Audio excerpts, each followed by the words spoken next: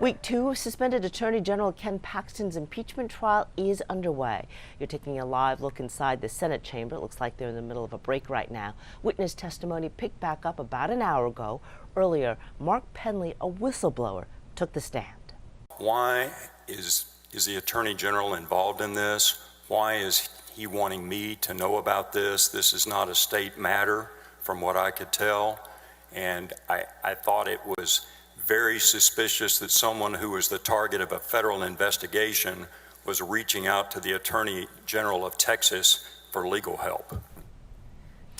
The former deputy AG there was fired after raising concerns with the FBI about his boss's dealings with Nate Paul. Paul is the real estate developer in Austin at the center of the bribery accusations against Ken Paxton. Victor Jacobo now joining us live from Austin with the latest on this morning's developments. Victor.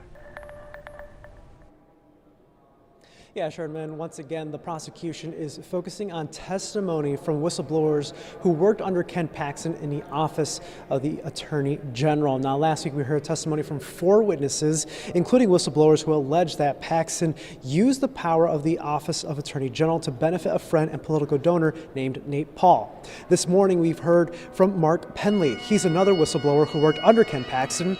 He too shared how he grew concerned and uncomfortable with Paxton allegedly pressuring him and others in the AG's office to use their resources to help Nate Paul.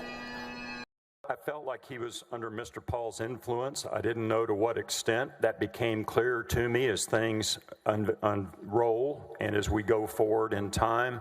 My concerns that he was either had been bribed or been blackmailed or somehow was being controlled by Nate Paul increased over time.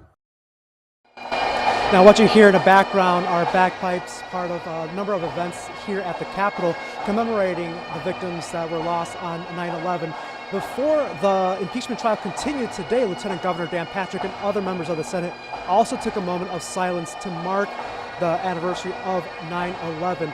That was before they got started. Once they did get things going, Lieutenant Governor Dan Patrick did mention that both sides are about halfway through. There are a lot of time to present testimony and evidence. And he says they're on pace to finish that phase of the trial by Thursday morning. Then they move on to closing statements. And he mentioned that the Senate will not break for deliberations over the weekend, meaning that the Senate could work through the weekend before a verdict is reached. So for now, I'll send it back to you, Sherman. All right, Victor Jacobo, many somber things happening today at the state capitol. Thank you.